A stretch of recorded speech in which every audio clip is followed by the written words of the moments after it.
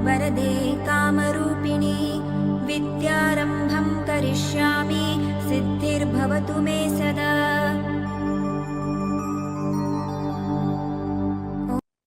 Hello students, welcome to शिक्षा सारांश। कैसे हैं आप लोग? आई होप आप लोग बहुत अच्छे होंगे, आपकी पढ़ाई बहुत अच्छी चल रही होगी। तो आज हम संस्कृत क्लास 9th का जो सिलेबस है उसका चैप्टर नंबर 7 जिसका नाम है सिकता सेतु, इस वीडियो के अंदर हम वन शॉट वीडियो रखने वाले हैं। इस वीडियो के अंदर हम इस पूरे चैप्टर का एनालिसिस करेंगे, इस पूरे चैप्टर का हिंदी अनुवाद करेंगे, कठिन शब्दार्थों को हम समझेंगे और प्रश्नोत्तर भी हम सॉल्व करेंगे। ये वीडियो देखने के बाद में ये चैप्टर पूरा आपको समझ में आ जाएगा, ऐसी मेरी गारंटी रहेगी। तो चैनल को सब्सक्राइब जरूर करें, क्योंकि आपके लिए सारा पूरा सिलेबस जो कंटेंट है, पूरा क्लास 9th का जो संस्कृत का कोर्स है वो पूरा आपको यहाँ पे जो मिल जाएगा इस चैनल के ऊपर। तो चैनल को सब्सक्राइब जरूर करें। चलिए हम शुरू करते हैं हमारा पाठ, जो कि है 7th नंबर चैप्टर संस्कृत की जो बुक है उसका नाम है शेमुषी भाग प्रथम, यानी शेमुषी पार्ट 1 और शेमुषी पार्ट 2 जो है संस्कृत 10th की पुस्तक का नाम है। और शेमुषी शब्द का अर्थ मैं पहले भी समझा चुकी हूँ, एक बार आपको वापस से याद दिला देती हूँ। शेमुषी शब्द का अर्थ क्या होता है? ज्ञान में विस्तार। तो ये जो बुक हमारे कोर्स में लगी हुई है, ये क्यों लगी हुई है? हमारे ज्ञान में विस्तार करने के लिए हमारे सिलेबस में ये बुक लगाई गई है। तो चलिए हम हमारे ज्ञान का विस्तार करते हैं। तो हमारा आज का जो टॉपिक है वो है 7th चैप्टर, और 7th चैप्टर को संस्कृत में कहते हैं सप्तमः पाठः, और इस पाठ का नाम है सिकता सेतु। तो देखिए बच्चों, जब भी हम कोई चैप्टर शुरू करते हैं तो उससे पहले उस पाठ का नाम जरूर पढ़ लेते हैं, उसको समझ लेते हैं, ताकि हमें समझ में आ जाए कि इस पाठ में है क्या चीज। तो देखिए इसमें दो शब्द हैं, पहला शब्द है सिकता और दूसरा शब्द है सेतु। तो देखिए सिकता, सिकता शब्द होता है बालू या रेत, और सेतु होता है पुल। तो इसका हिंदी अर्थ हुआ बालू या रेत का पुल। क्या ये पॉसिबल है कि कोई भी इंसान जो है वो बालू मिट्टी आप सभी जानते होंगे, सैंडी जो होती है, जिसके मिट्टी के दाने मोटे होते हैं, जिसमें जल ऑब्जर्व नहीं कर सकता है, वाटर ऑब्जर्व नहीं होता है, तो उसका कोई पुल कैसे बनाएगा? तो जैसे बालू मिट्टी, बजरी मिट्टी का कोई पुल नहीं बना सकता है, ये इम्पॉसिबल कुछ ऐसी बात है जो इस चैप्टर में हमें समझाई गई है कि कुछ चीजें इम्पॉसिबल होती है, उनमें उन्हें करने की कोशिश नहीं करनी चाहिए। जो चीजें पॉसिबल है वही हमें करना चाहिए। तो इसमें एक छात्र है जो रेत का पुल बनाने जैसा प्रयत्न कर रहा है। तो चलिए हम इसका पाठ परिचय पढ़ लेते हैं। प्रस्तुत नाट्यांश। तो प्रस्तुत यानी यहाँ जो सामने आपके सामने दिया गया है, नाट्यांश शब्द जो है, नाट्यांश शब्द का अर्थ क्या होता है बच्चों? नाटक का अंश। तो ये जो हमारा चैप्टर है ये किसी नाटक का एक पार्ट है। पूरा नाटक हमारे सिलेबस में नहीं है, एक नाटक का एक छोटा सा हिस्सा हमारे सिलेबस में है। और ये जो नाटक का छोटा सा हिस्सा, नाट्यांश जो हमारे सिलेबस के अंदर है, सोमदेव विरचितम, यानी इसके जो लेखक हैं, नाटक के जो लेखक हैं, उनका नाम हमें याद रखना है, उनका नाम है सोमदेव। तो सोमदेव नाम के लेखक ने ये नाट्यांश लिखा। और कथा सरित सागर, ये जो बुक है ये भी हमें याद रखनी है कि ये जो नाट्यांश हमारे सिलेबस में लगा हुआ है ये कहाँ से लिया हुआ है? कथा सरित सागर नाम की पुस्तक से लिया गया है। और उस पुस्तक के कह रहे हैं इत्यस्य, इस पुस्तक के सप्तम अध्यायोपरि, ये कौन से, एक तो बुक का नाम याद रखना है बच्चों, कथा सरित सागर, ये तो पुस्तक है, ये क्या है? पुस्तक। और इस पुस्तक का 7वां अध्याय यानी 7th चैप्टर जो है इस बुक के अंदर, उस बुक के 7th चैप्टर, कथा सरित सागर के 7th चैप्टर के अंदर ये जो है, ये सिकता सेतु नाम का नाट्यांश हमने वहां से उठाया है। आधारित तो अस्ति, उस पर आधारित है। अस्मिन यानी इस नाट्यांशे, यानी नाट्यांश में, तपसा यानी तपस्या के द्वारा, यहाँ पे 2-3 शब्द हमें याद रखने हैं बच्चों। पहला शब्द है तपसा। तपसा शब्द का अर्थ क्या होता है? तपस्या के द्वारा। तपस्या क्या होती है आप जानते हैं, एक ही स्थान पर बैठ करके ईश्वर को याद करने की जो प्रक्रिया होती है उसे तपस्या कहते हैं, जिसके अंदर हमें बहुत सारी चीजों को सहन करना पड़ता है। इस तपस्या के द्वारा विद्या यानी एजुकेशन यानी शिक्षा प्राप्त करने के लिए यत्नशील यानी कोशिश करने वाले, कश्चित यानी किसी, तपोदत्त नामकः कुमारः, तपोदत्त नाम के लड़के, कुमार यानी लड़का, तपोदत्त नाम का जो लड़का है, चित्रितः अस्ति, उसका यहाँ पे जो है चित्रण किया गया है, उसके बारे में यहाँ पे ये स्टोरी बनाई गई है। तस्य, उसका, मार्गदर्शनाय, मार्गदर्शन करने के लिए, उसको सही दिशा दिखाने के लिए, उसको सही रास्ता दिखाने के लिए, क्या हम तपस्या से विद्या को प्राप्त कर सकते हैं? इट इज नॉट पॉसिबल कि आप तपस्या करने बैठ जाएं और भगवान को बोले कि मुझे पास करवा देना, मेरे बहुत अच्छे नंबर ले आना भगवान, तो ये नहीं होगा। आपको जब भी विद्या अर्जन करना है तो विद्यालय जाना ही पड़ेगा, किसी शिक्षक से सीखना ही पड़ेगा। तो उसके लिए जो कार्य करना पड़ेगा वो रास्ता छोड़ करके तपोदत्त नाम का लड़का तपस्या का रास्ता चुनता है विद्या प्राप्त करने के लिए, और उसे मार्ग दिखाने के लिए पुरुष वेशधारी यानी पुरुष का रूप धारण करके देवराज इंद्र, देवताओं का राजा इंद्र, इंद्र स्वयं आते हैं तपोदत्त नाम के लड़के को समझाने के लिए कि ये जो तुमने रास्ता चुना है विद्या अर्जन करने के लिए, तपस्या का रास्ता, ये सही नहीं है। तत्र आगतवान, वहां आते हैं, तत्र वहां, आगत्य आकर, देवराज, अब देवराज कौन है बार बार समझने की जरूरत नहीं है, याद रखना है, देवराज यानी देवताओं के राजा, सारे ही देवताओं के राजा कौन होते हैं? इंद्र। तो वहां आकर देवराज जो है सिकता भी, अब देखिए यहां लिखना है सिकता भी, सिकता भी यानी बालू रेत के द्वारा, वो इंद्र स्वयं नीचे आते हैं धरती पर और वो पुरुष का वेश धारण करके आते हैं। वो राजा इंद्र बन के नहीं आते, मुकुट लगा के वगैरह वगैरह नहीं करके आते, पता ही नहीं चलता है कि ये इंद्र हैं। लेकिन वहां आकर के वो इस प्रकार का प्रयत्न करते हैं कि बालू रेत के द्वारा सेतु निर्माणार्थ प्रयतते, उसी बच्चे के सामने, तपोदत्त नाम के लड़के के सामने, जो तपस्या के द्वारा विद्या अर्जन करना चाहता था, उसके सामने बैठकर बालू मिट्टी से पुल बनाने की कोशिश करते हैं। एतद दृष्ट्वा, यह देखकर, तपोदतः, तपोदत्त प्रहसन, हंसने लग जाता है, और वदती, बोलता है। ये देख करके सभी जो है इंसानों को हंसी आ जाएगी कि कोई इंसान बालू मिट्टी से पुल बनाने की कोशिश कर रहा है। बिल्कुल ऐसा हो ही नहीं सकता कि बालू मिट्टी से कोई पुल बना दे, ये जो इम्पॉसिबल बात है, ये देख करके तपोदत्त को हंसी आ जाती है और वो बोलता है, किमर्थ, किस लिए, भो यानी आप, बालू का भी यानी इस बालू रेत के द्वारा, जलबंधम यानी पुल का निर्माण, निर्मासी कर रहे हो। ऐसा क्यों कर रहे हो जब ये पॉसिबल ही नहीं है? तुम इस बालू मिट्टी को बार बार इकट्ठा कर रहे हो और इससे पुल बनाने की कोशिश कर रही हो। ततो, फिर देवराज, देवराज कौन था? इंद्र। प्रतिवदती, उत्तर में बोलते हैं, यदि, अगर, अध्ययनम, अध्ययन, श्रवणम, सुनना यानी बिना पढ़े सुने, पठनम बिना, बिना पढ़े, बिना लिखे, बिना सुने, यदि त्वम, अगर तुम, विद्या प्राप्तुम, विद्या प्राप्त, शक्नोषि, कर सकते हो।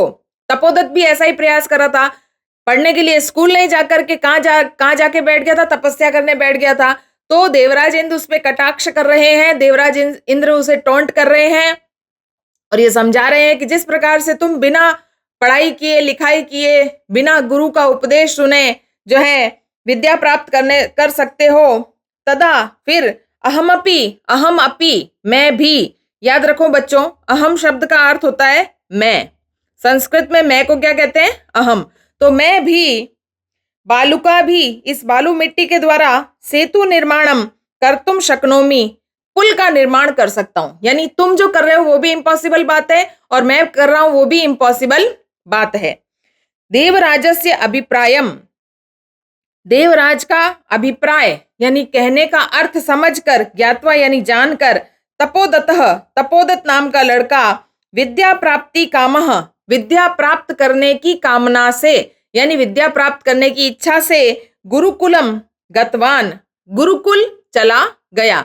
अब देखिए, पहले जो विद्यालय होते थे उनका नाम होता था गुरुकुल। छात्र गुरु के समीप रहते थे, वहीं खाना खाते थे, वहीं सोते थे, वहीं पढ़ते थे।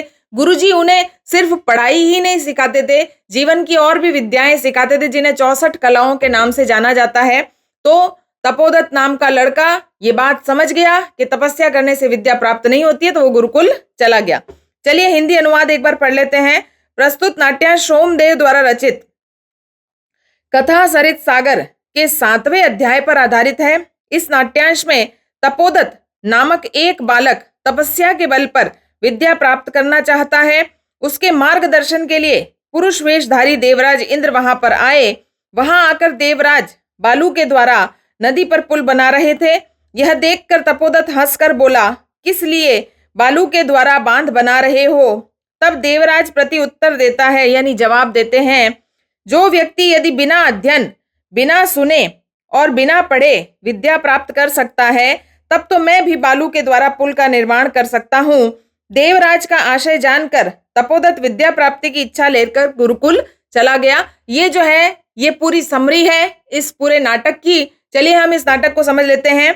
ततः प्रविशति तपस्यारतः तपोदतः, ततः यानी तब, प्रविशति प्रवेश करता है, तपस्यारत तपस्या करता हुआ तपोदत, तपोदत नाम का एक बालक है। स्टेज पे ये सीन चल रहा है, नाटक चल रहा है, जिसमें एक लड़का बैठा है और वो तपस्या करने की कोशिश कर रहा है और वो अपना इंट्रोडक्शन देता है। तपोदत बोलता है, अहम अस्मि तपोदतः, मैं तपोदत हूँ। बाल्ये यानी बचपन में, पितृचरणे क्लेश मानो अपि, बाल्यावस्था में पूज्य पिताजी के द्वारा क्लेश किए जाने पर भी, क्लेश यानी झगड़ा, पिताजी ने बहुत कहा विद्यालय जाओ, पढ़ाई करो, अच्छे बच्चे बनो, आगे जाके नाम कमाओ, विद्या अर्जन करो। पिताजी ने बहुत डांटा, बहुत समझाया, लेकिन फिर भी विद्या यानी एजुकेशन नाधीतवानस्मि, मेरे द्वारा विद्या को ग्रहण नहीं किया गया। ये तपोदत खुद का इंट्रोडक्शन दे रहा है कि मैं तपोदत हूँ। मेरे पिताजी ने मुझे बहुत समझाया बचपन में, बहुत ज्यादा कोशिश की कि मैं विद्यालय चला जाऊं, लेकिन फिर भी मैं अपनी जिद के कारण विद्यालय नहीं गया और मैंने विद्या अर्जन नहीं किया। तस्मात फिर सर्वे कुटुंबी भी, सारे ही परिवार के जो मेरे सदस्य हैं, मित्र यानी मेरे जो मित्र हैं, ज्ञाति जन यानी जान पहचान के जो लोग हैं, गर्हितो अभवम, मेरा उन सब ने अनादर किया। क्योंकि देखिए विद्या अर्जन करना हर एक विद्यार्थी का दायित्व है, उसका कर्तव्य है। माता पिता का क्या कर्तव्य है, वो आपको विद्यालय भेज सकते हैं, लेकिन विद्यालय जाकर विद्या अर्जन करना ये आपके ऊपर निर्भर करता है। तो इसीलिए तपोदत को बड़ा गिल्ट हो रहा था कि मैंने मेरे पिताजी की बात नहीं मानी, मैं विद्यालय नहीं गया, और इसीलिए कुल के सभी सदस्य यानी मेरे परिवार के जितने भी सदस्य हैं, वो सब मेरे मित्र और मेरे संबंधियों के द्वारा मेरा अनादर किया गया। क्योंकि जो विद्या प्राप्त करता है आदर उसी का होता है, विद्या से ही आदर होता है। चलिए आगे पढ़ते हैं। ऊर्ध्व निश्वस्य, इस प्रकार से वो अपने मन में विचार कर रहा है। उसने अपना इंट्रोडक्शन दिया और ऊर्ध्व निश्वस्य, निश्वस्य यानी ऊपर की तरफ सांस छोड़ के, इस प्रकार से उसने सांस छोड़ी। हा विधे, हे मेरी किस्मत, हे मेरे विधाता, किम इदम मया कृतम, मेरे द्वारा यह क्या किया गया। उसे अफसोस हो रहा है कि बचपन में उसे विद्यालय जाना था, पढ़ाई करनी थी, लेकिन वो नहीं पढ़ा। कीदृशी दुर्बुद्धि आसीत तदा, किस प्रकार की दुर्बुद्धि यानी बुरी बुद्धि यानी गलत सोच, आसीत तदा उस समय मेरे मस्तिष्क में आ गई थी। कैसी दुर्बुद्धि थी उस वक्त। एतद अपि न चिंतितम यत, एतद अपि यानी इतना भी, न चिंतितम नहीं सोचा मैंने यह भी नहीं सोचा। क्या नहीं सोचा इसने? चलिए आगे पढ़ते हैं। इसने एक श्लोक बोला, परिधाने। बच्चों परिधाने शब्द का अर्थ क्या होता है? परिधान यानी वस्त्र यानी कपड़े, ठीक है। ये कह रहा है कि यदि मैं बहुत अच्छे अच्छे कपड़े पहन लूं। अलंकारे, दूसरा शब्द यहाँ क्या है? अलंकारे, अलंकारे यानी गहने यानी आभूषण, ठीक है, ऑर्नामेंट्स। तो बहुत अच्छे कपड़े पहन लूं, बहुत अच्छे गहने पहन लूं। भूषितो अपि, ये सब मैं धारण कर लूं, बहुत अच्छे अच्छे कपड़े पहन लूं, बहुत अच्छे अच्छे गहने पहन लूं। अपि न शोभते, फिर भी सुंदर नहीं लगता व्यक्ति। कह रहे हैं कि व्यक्ति सिर्फ कपड़े पहन लेने से और गहने पहन लेने से सुंदर नहीं लगता। नरो, मनुष्य जो है, निर्मणि भोगिव, अगर जो है निर्मणि, बिना मणि के समान जो होता है, सांप उसकी तरह, जैसे सांप जो है वो कब सुशोभित होता है? जब उस पर मणि होती है। उसी प्रकार से इंसान कब सुशोभित होता है?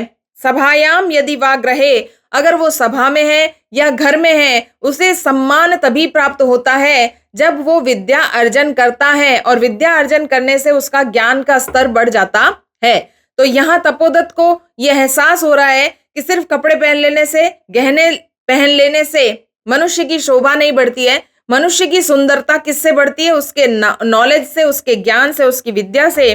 तो हिंदी अनुवाद देख लेते हैं कि कपड़ों और अलंकारों से विभूषित किंतु अशिक्षित मनुष्य, अशिक्षित मनुष्य समझ रहे आप, कि जिसने शिक्षा ग्रहण नहीं की, वो मनुष्य घर पर या सभा में उसी प्रकार सुशोभित नहीं होता है जिस प्रकार मणि से रहित सांप, मणि से रहित सांप जैसे सुंदर नहीं लगता, वैसे शिक्षा से रहित मनुष्य भी कहीं भी हो, घर में हो या बाहर हो, सुशोभित नहीं होता।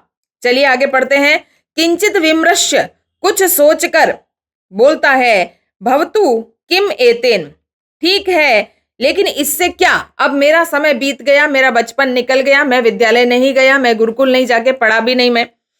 फिर भी वो सोचता है कि दिवसे, दिन में, मार्ग भ्रांतः, भटका हुआ, संध्याम, शाम को, यावद, यदि ग्रहम उपेति, घर आ जाए, तदपि वरम। तो ये एक मुहावरा बोलता है कि सुबह का बूला यदि शाम को घर आ जाए तो उसे बूलावा भटकावा नहीं कहते हैं। सुबह का बूला भटका शाम को घर आ जाए तो कोई बात नहीं, मैं विद्यालय नहीं जा पाया, शिक्षा नहीं ग्रहण कर पाया, ना असो भ्रांतो मन्यते, उसे भटकावा नहीं माना जाता। अतो अहम, फिर मैं, इदानीम, अब, तपश्चर्या, तपस्या करके, तपश्चर्या शब्द का अर्थ क्या है? तपस्या करके, विद्याम प्राप्तुम प्रवृत्तो अस्मि, विद्या प्राप्त करने का प्रयत्न करता हूं। कोई बात नहीं, विद्यालय नहीं जा पाया, ठीक है, इससे क्या, दिन में मार्ग भटका हुआ, राही यदि शाम तक घर वापस आ जाता है तो भी ठीक है, वह भटका हुआ नहीं माना जाता। अब मैं तपस्या के द्वारा विद्या प्राप्ति में लग जाता हूं। इसकी सोच तो सही थी कि सुबह का बूला अगर शाम को घर आ जाए तो उसे बूला नहीं कहते हैं, लेकिन ये विद्यालय जाता और विद्या अर्जन करता, क्योंकि विद्यालय जाने की कोई उम्र नहीं होती है, तो ये बात सही होती, लेकिन इसने थोड़ा रास्ता गलत चुन लिया। इसने सोचा कि मैं तपस्या के द्वारा विद्या अर्जन करता हूं। जलोच्छलन ध्वनि श्रूयते, ये नदी के किनारे था। अभी आपको मैं एक इमेज दिखाऊंगी जिसमें आपको समझ में आएगा। ये जो इमेज है ये भी हमने बड़ी अच्छे से तैयार करके आपके लिए प्रस्तुत की है। जल के उछलने की आवाज सुनी जाती है। नदी के किनारे बैठा है तपोदत्त। अये, अरे, कुतो अयम, कहां से ये, कलोलोच्छल छलन ध्वनि, यानी ये जल के उछलने की आवाज कहां से आ रही है? अरे, यह लहरों के उछलने की ध्वनि कहां से आ रही है? महामत्स्यो, कोई बहुत बड़ी मछली है, मकरो या मगरमच्छ है, वा भवेत, दोनों में से क्या है? पश्यामि तावत, क्या है मैं जाके देखता हूं। संभवतः बड़ी मछली या मगरमच्छ है, देखता हूं क्या बात है। वहां जाता है। पुरुषम एकम, वहां पे एक पुरुष, सिकता भी बालू मिट्टी से, सेतु निर्माण प्रयासम, पुल बनाने की कोशिश, कुर्वाणम करता हुआ, दृष्टवा सहासम, देखता है, उसको देखता है और उसको हंसता है। एक पुरुष को बालू के द्वारा पुल बनाने का प्रयास करते हुए देखकर हंसते हुए, हंत, हाय, हंत यानी हाय, हंत का अर्थ क्या होता है हिंदी में? हाय। नास्त्य भावो, इस दुनिया में, जगती दुनिया में, मूर्खाणाम, मूर्खों की कमी नहीं है। उस बालू मिट्टी से पुल बनाते हुए जो व्यक्ति है उसे देख करके ये हंसता है तपोदत्त और कहता है इस दुनिया में मूर्खों की कमी नहीं है। तीव्र प्रवाहायम, ये तेज बहती हुई, नद्याम, नदी में, मूढ़ो अयम, मूढ़ो शब्द का याद रखना है, मूढ़ शब्द का अर्थ क्या होता है? मूर्ख। इतनी तेज नदी बह रही है और इस तेज बहती नदी के अंदर यह सिकता भी यानी बालू मिट्टी के द्वारा सेतु निर्मातुम, पुल बनाने का प्रयत्न कर रहा है। हाय, इस दुनिया में मूर्खों की कमी नहीं है। तीव्र बहाव वाली नदी में यह बेवकूफ बालू से पुल बनाने का प्रयत्न कर रहा है। ये देखकर उसे हंसी आ जाती है और वो बोल देता है, साट्टहासम, जोर जोर से हंसकर, पार्श्वम उपेत्य, पास में जाकर बहुत जोर जोर से हंसता है उस वो व्यक्ति के। भो महाशय, और तपोदत्त बोलता है कि हे महाशय, किमिदम विधीयते, यह क्या कर रहे हो? अलम अलम तव श्रमेण, बस बस करो, बस करो, इतनी मेहनत मत करो, बस तुम्हारी मेहनत रोक दो। पश्य, देखो। चलिए यहाँ पे एक श्लोक बोलता है, कि रामो श्री राम भगवान ने बबंध बांधा था यम सेतु, जो पुल श्री राम भगवान जब यहाँ से लंका गए थे, भारत से श्रीलंका गए थे सीता को छुड़ाने के लिए, तो वो समुद्र पार करके गए थे और वो जो पुल उन्होंने बनाया था शिलाभि मकरालये, वो शिलाओं से यानी पत्थरों से बनाया था। जैसा कि आप सबको ध्यान है कि श्री राम नाम लिख करके जो सारी वानर सेना थी उसने पत्थर फेंके थे, वो पुल बन गया था। तो पत्थरों से तो फिर भी पुल बन सकता है। विदधत, और तुम क्या कर रहे हो, इस प्रकार का बालुका भिस्तम, बालुका मिट्टी से पुल बनाने की जो कोशिश कर रहे हो। यासी त्वम अति रामताम, तुम राम के किए गए कार्य का अतिक्रमण कर रहे हो। श्री राम ने तो पत्थरों से पुल बनाया था और तुम बालू मिट्टी से पुल बनाने की कोशिश कर रहे हो, यानी ऐसा कार्य कर रहे हो जो संभव ही नहीं है, यानी इस प्रकार का कार्य कर रहे हो जो श्री राम के कार्यों को भी अनादर दे जाए। बालू मिट्टी से भी पुल बन सकता है, ऐसा सोच करके बोल रहा था। श्री राम ने जिस समुद्र पर शिलाओं से पुल बनाया था, शिला यानी पत्थर, उसे तुम रेत के द्वारा बनाते हुए उनके पुरुषार्थ का अतिक्रमण कर रहे हो, यानी परास्त कर रहे हो। इस प्रकार से उसने उसे जगाया कि देखो ये जो तुम कर रहे हो ये पॉसिबल नहीं है। चलिए अगला जो है ट्रांसलेशन देखते हैं। चिंत्य तावत, सोचो जरा, थोड़ा विचार करो। सिकता भी, बालू मिट्टी से। क्वचित सेतु, कहाँ, पुल। कर्तुम युज्यते, बन सकता है। क्या बालू मिट्टी से पुल कहीं बन सकता है? तो देखिए यहाँ पे ये बैठा है, ये जो है तपोदत है, और यहाँ पे ये जो व्यक्ति है देवराज इंद्र है, जो मनुष्य का रूप धारण करके आए हैं और नदी के जल में जो किनारे पर जो बालू मिट्टी होती है उसे लेकर के यहाँ पे ये पुल बनाने का प्रयत्न कर रहे हैं। और इसे देख करके तपोदत बोल रहा है क्या ऐसा पॉसिबल है? श्री राम भगवान ने भी जब पुल बनाया था तो बालू मिट्टी का नहीं बनाया था, वो पत्थरों से बनाया था, तो तुम उनके कार्य का भी अतिक्रमण करना चाहते हो क्या? इस प्रकार से ये वार्तालाप चल रहा है। तो देखिए आगे, पुरुष भो तपस्विन, ये जो पुरुष है ये बोल रहा है कि हे तपस्वी, कथम माम, क्यों मुझे, अवरोधम करोषि, रोक रहे हो। ये पुरुष बोलता है क्यों मुझे रोक रहे हो। प्रयत्नेन, प्रयत्न करने से, किम न सिद्धम भवति, ऐसा क्या कार्य है जो सिद्ध नहीं हो सकता। इस दुनिया में सब कुछ परिश्रम करने से प्राप्त किया जा सकता है। का आवश्यकता शिलानाम, क्या जरूरत है पत्थरों की। सिकता भिरेव, बालू मिट्टी से भी। सेतुम करिष्यामि, पुल बना के दिखाऊंगा। स्वसंकल्प दृढ़तया, मैंने मन में ठान लिया है कि मैं बालू मिट्टी से पुल बना के दिखाऊंगा। तपोदत बोलता है आश्चर्यम, बड़े आश्चर्य की बात है। किम सिकता भिरेव, क्या बालू मिट्टी से। सेतुम करिष्यसि, कि तुम बालू मिट्टी से पुल बना दोगे, बड़े आश्चर्य की बात है। सिकता, क्या ये जो बालू मिट्टी है, जल प्रवाहे, नदी के जल के प्रवाह में। स्थास्यन्ति किम, ठहरेगी क्या। थोड़ा दिमाग तो लगाओ कि नदी बह रही है और बालू मिट्टी नदी के साथ में बहती रहती है। तुम अगर कितनी भी बार पुल बनाने की कोशिश करोगे तो नदी जैसे पानी का बहाव आएगा वो बालू मिट्टी बह के चली जाएगी। भवता, आपने।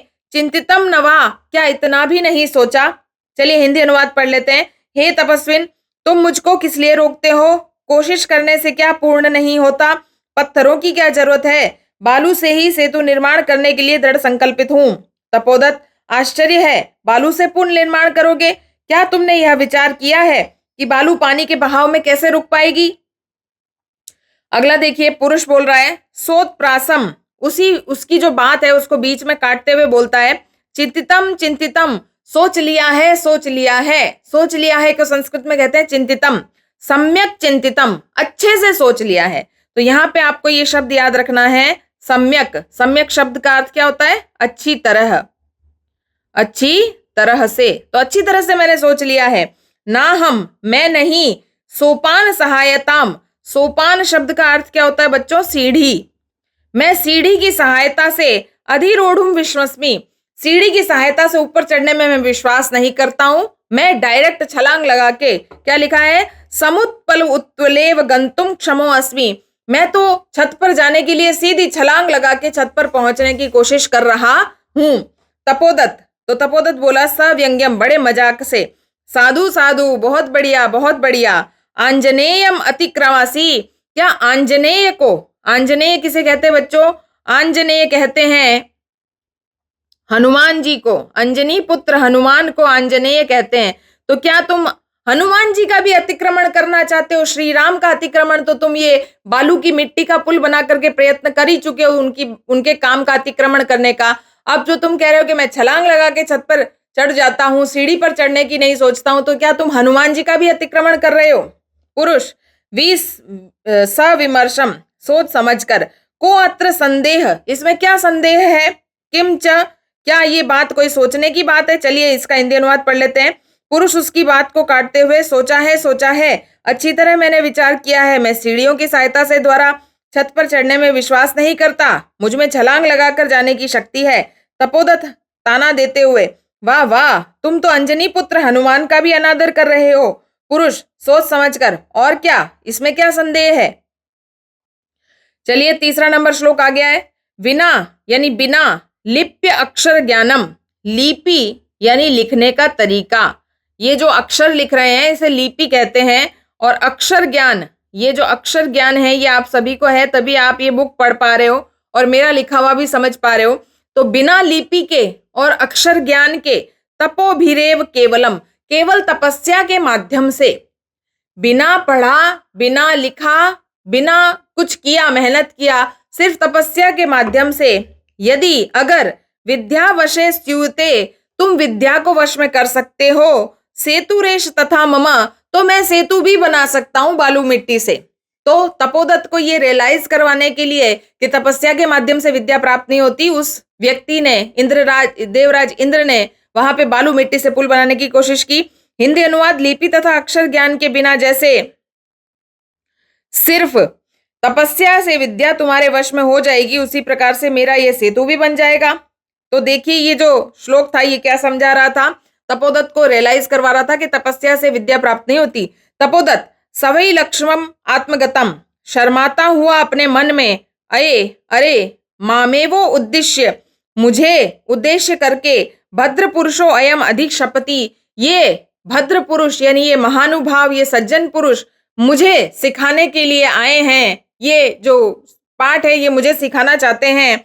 नूनम, निश्चित रूप से, सत्यम अत्र पश्यामि, ये जो है बात बिल्कुल सही कह रहे हैं। अक्षर ज्ञानम विनेव, बिना अक्षर ज्ञान के, वैदुष्यम, विद्वान बनने की, वाप्तुम, प्राप्त करने की, अभिलाषमी, मैं अभिलाषा कर रहा हूं। मतलब मैं जब तक पढ़ूंगा नहीं, अ से अनार सीखूंगा नहीं, तो कैसे किताब पढ़ूंगा और कैसे विद्वान बनूंगा।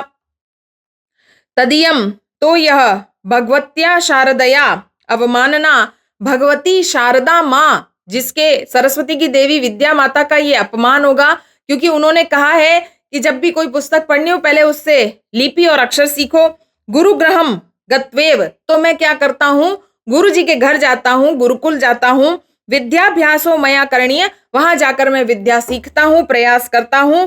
पुरुषार्थेरेव लक्ष्यम प्राप्यते, मेहनत करूंगा। देखिए बच्चों यहाँ पे एक शब्द आया है पुरुषार्थ। पुरुषार्थ का जीवन में बड़ा महत्व है। पुरुषार्थ का अर्थ क्या होता है? मेहनत। तो ये मैं मेहनत करूंगा, गुरुजी के घर जाऊंगा और लक्ष्य को प्राप्त करूंगा। क्या लक्ष्य था तपोदत्त का? कि वो एक बहुत बड़ा विद्वान व्यक्ति, ज्ञान से भरा हुआ व्यक्ति बनना चाहता था। तपोदत्त अपने मन में शर्माता हुआ कहता है, अरे यह महानुभाव मुझे ही लक्ष्य करके निंदा कर रहा है। पूर्ण रूप से यहाँ मैं सत्यता देख रहा हूं कि मैं बिना अक्षर ज्ञान के शिक्षा हासिल करना चाहता हूं। यह तो देवी सरस्वती का तिरस्कार है। मुझे गुरुकुल जाकर ही विद्या प्राप्त करनी चाहिए। परिश्रम से ही गंतव्य की प्राप्ति संभव है। इस प्रकार से तपोदत्त ने सोचा और प्रकाशम यानी प्रकट रूप में बोला, हो नरोत्तमः, अरे नरों में उत्तम यानी हे श्रेष्ठ पुरुष, ना हम जाने, मैं नहीं जानता, यत की को अस्ति भवान, आप कौन हैं, ये मैं नहीं जानता कि आप कौन हैं, परंतु भवत भी, लेकिन आपके द्वारा उन्मीलितम यानी खोल दिए गए। तो बच्चों याद रखना है, उन्मीलितम शब्द का अर्थ क्या होता है? उन्मीलितम का अर्थ क्या होता है? खोल दिए गए। खोल दिए गए। मैं, मेरे, नयन युगलम, मेरे दोनों नेत्र आपने खोल दिए, यानी मेरी आंखें खोल दी, यानी एक मुहावरा है आंखें खोल देना, यानी सही की पहचान करवा देना। तपो मात्रेण, तपस्या मात्र से, विद्याम वाप्तुम, विद्या प्राप्त करने का, प्रयत्मानः, प्रयत्न करने वाला, अहम अपि, मैं भी, सिकता भी रेव, बालू मिट्टी से ही, सेतु निर्माण प्रयासम, पुल बनाने की कोशिश, करोमी, कर रहा हूं। मैं भी आप ही की तरह ऐसा प्रयास कर रहा हूं जो संभव ही नहीं है। तपस्या से विद्या प्राप्त नहीं होती और बालू मिट्टी से पुल भी नहीं बनता। तदिदानिम, तो फिर अब विद्या अध्ययनाय, विद्या सीखने के लिए गुरुकुल में गच्छामि, मैं अब गुरुकुल जाऊंगा। चलिए हिंदी अनुवाद पढ़ लेते हैं। हे श्रेष्ठ नर, मैं नहीं जानता कि आप कौन हैं, लेकिन आपने मेरे नेत्र खोल दिए। तपस्या मात्र से ही विद्या को प्राप्त करने की कोशिश करता हुआ मैं भी बालू से ही सेतु निर्माण का प्रयास कर रहा था, तो अब मैं विद्या प्राप्त करने के लिए गुरुकुल जाता हूँ। तपोदत्त को एहसास हो गया कि वो जो कार्य कर रहा था वो बिल्कुल गलत था। अगर विद्या अर्जन करना है तो गुरुकुल जाना ही पड़ेगा।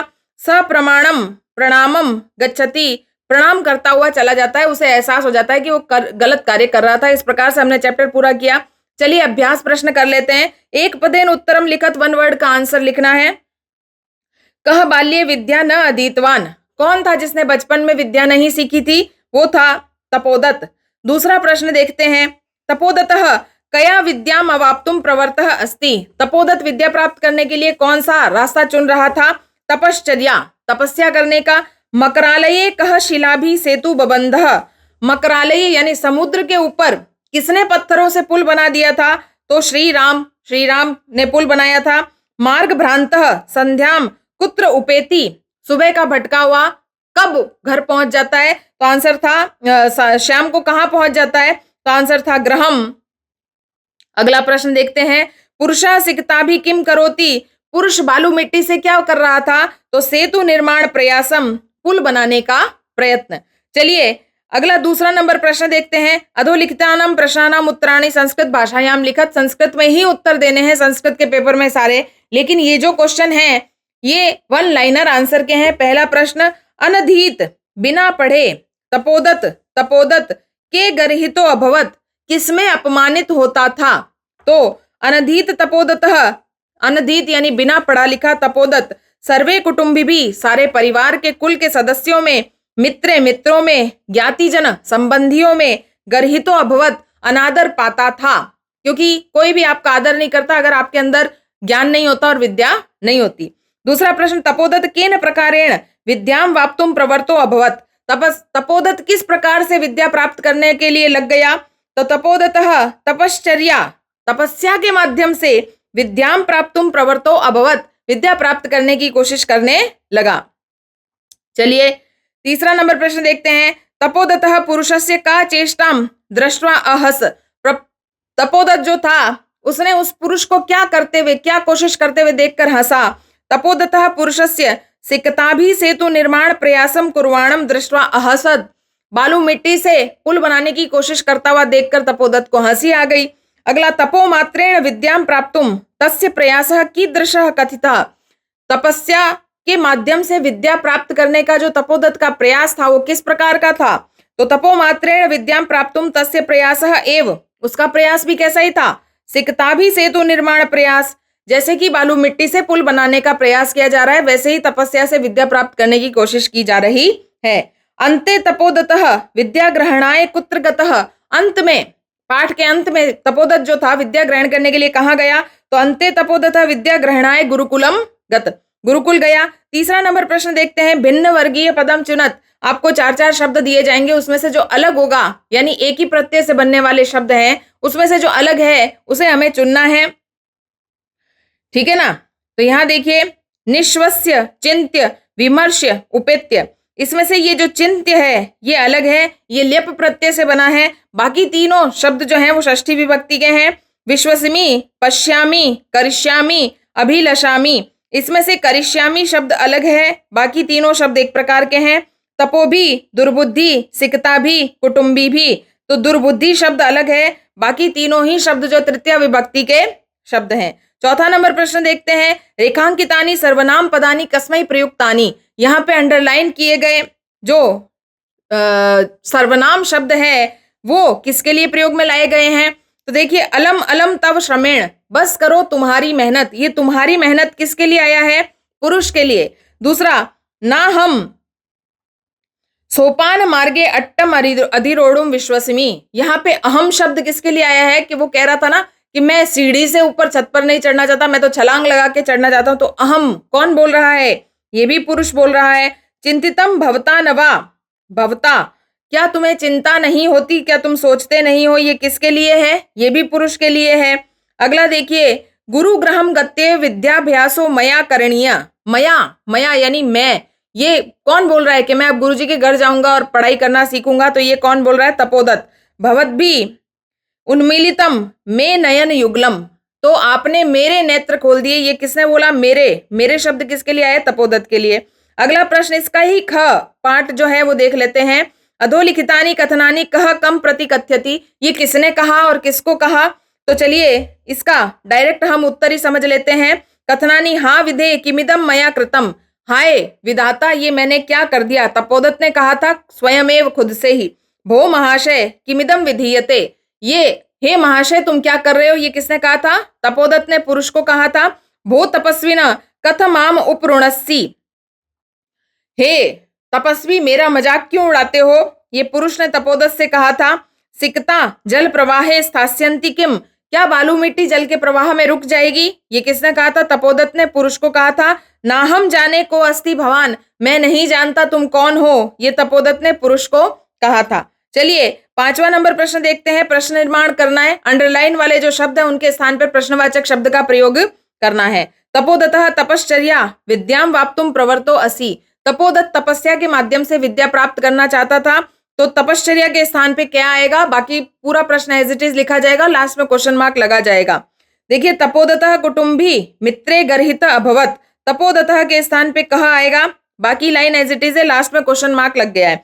पुरुषः नद्याम सिकताभि सेतु निर्मातुम प्रयतते, पुरुषः कुत्र सिकताभि नेतुम, कुत्र यानी कहां, नदी पर पुल बनाने का कोशिश कर रहा था बालू मिट्टी से, तो कहां। अगला प्रश्न है, तपोदत्तः अक्षर ज्ञान विनय वैदुष्यम प्राप्तुम अभिलषति, तो कम विनय, तो कम आएगा यहाँ पे, अक्षर ज्ञान के बिना ही वो विदुषी प्राप्त करना चाहता था, तो किसके बिना। तपोदत्तः विद्या अध्ययनाय गुरुकुलम अगच्छत, तपोदत्त किमर्थम गुरुकुलम अगच्छत, किमर्थम शब्द आएगा, किस लिए गुरुकुल गया, तो विद्याध्ययन के लिए। गुरुगृहम गत्ये विद्याभ्यास करणीयम, गुरु के घर जाकर के वो विद्याभ्यास करने लगा, तो कुत्र कहां जाकर के करने लगा। चलिए 6वां नंबर प्रश्न देखते हैं। उदाहरणम अनुसृत्य अधोलिखित विग्रह पदानाम समस्त पदानि लिखत, यहाँ पे समास विग्रह दिया गया, हमें उसका समस्त पद बनाना है। जिस प्रकार से दिया गया है, संकल्पन संकल्पस्य सातत्येन बन गया संकल्प सातत्येन, उसी प्रकार से बन जाएगा अक्षराणाम ज्ञानम बन जाएगा अक्षर ज्ञानम। सिकताया सेतु, इसका बन जाएगा सिकता सेतु। पितु चरणे बन जाएगा पितृ चरणे। गुरुग्रहम, ये बन जाएगा गुरुग्रहम। विद्याया अभ्यास बन जाएगा विद्या अभ्यास। ये सारे ही जो शब्द हैं ये षष्ठी विभक्ति तत्पुरुष समास के उदाहरण हैं। ये आपको याद रखना है, षष्ठी विभक्ति तत्पुरुष समास, जो कि आपके सिलेबस में लगा हुआ है। ग्रामर के सभी टॉपिक हम अलग वीडियो में समझा देंगे, क्योंकि अभी हम पाठ को पूरा कर रहे हैं तो जल्दी से पूरा कर लेते हैं। चलिए अगला क्वेश्चन है, अधोलिखितानाम समस्त पदानाम विग्रह कुरुत। यहाँ पे समस्त पद दिए गए हैं और समास विग्रह करना है। ऊपर समास विग्रह दिया गया था, समास बनाना था। चलिए डायरेक्ट आंसर देख लेते हैं। जल प्रवाहे का बनेगा जलस्य प्रवाहे। तपश्चर्या का बनेगा तपसहचर्या। जलोच्छलन ध्वनि, जलस्य उच्छलनम ध्वनि। सेतु निर्माण प्रयास, सेतु निर्माण प्रयास। ये सभी उदाहरण भी षष्ठी विभक्ति तत्पुरुष समास के ही हैं। चलिए 7वां नंबर और अंतिम प्रश्न हमारा देख लेते हैं। उदाहरणम अनुसृत्य कोष्ठकात परम आदाय नूतनम वाक्यद्वयम रचयत। यहाँ पे एक कारक के लिए एक शब्द दिया गया है, कारक उपपद विभक्ति का। उसका अर्थ मैं आपको बता देती हूँ और उसके साथ में कौन सी विभक्ति लगती है, उससे दो दो वाक्य बनाने हैं। तो देखिए यहाँ पे लिखा है यथा, जैसे अलम चिंतया, चिंता मत करो। अलम शब्द का अर्थ होता है मना करना और उसके साथ में तृतीय विभक्ति लगती है। तो यहाँ भय का बनेगा अलम भयेन और कोलाहल का बनेगा अलम कोलाहलेन। यहाँ पे जो भी शब्द साथ में आएगा उसमें तृतीय लगेगी। दूसरा देखते हैं, माम अनु स गच्छति। अनु के साथ में द्वितीय लगती है। अनु का अर्थ क्या होता है? अनु का अर्थ होता है पीछे या योग्य, ठीक है, इसके साथ में द्वितीय लगती है। तो यहाँ पे देखिए, ग्रहम अनु स गच्छति पर्वतम अनुग्रामः अस्ति। इस प्रकार से इसके वाक्य बनेंगे। अगला है, अक्षर ज्ञानम विनय वैदुष्यम प्राप्तुम अभिलषति। विना शब्द के योग में द्वितीय लगती है, तो जो भी शब्द आएगा उसमें द्वितीय लगानी है। परिश्रमम विनेव वैदुष्यम प्राप्तुम अभिलषसि, अभ्यासम विनेव वैदुष्यम प्राप्तुम अभिलषसि। तो इस प्रकार से ये शब्द वाक्य बन गए कि परिश्रम के बिना वैदुषी प्रसिद्धि प्राप्त करना चाहते हैं और अभ्यास के बिना प्राप्त करना चाहते हैं। अगला है यथा संध्या यावत ग्रहम उपेति, जिस प्रकार से संध्या होने तक घर लौट आता है, तो यावत शब्द जो है उसके योग में द्वितीया लगती है। मासम यावत वर्षा न भवति, वर्षम यावत ग्रहम उपेति। इस प्रकार से हमने अपना जो चैप्टर है सिकता सेतु पाठ को हमने पूरा किया। उम्मीद करती हूँ आपको बहुत अच्छे से समझ में आया होगा। तो हमारे चैनल को शिक्षा सारांश को सब्सक्राइब जरूर करें, लाइक भी करें, शेयर भी करें। जय श्री कृष्णा। थैंक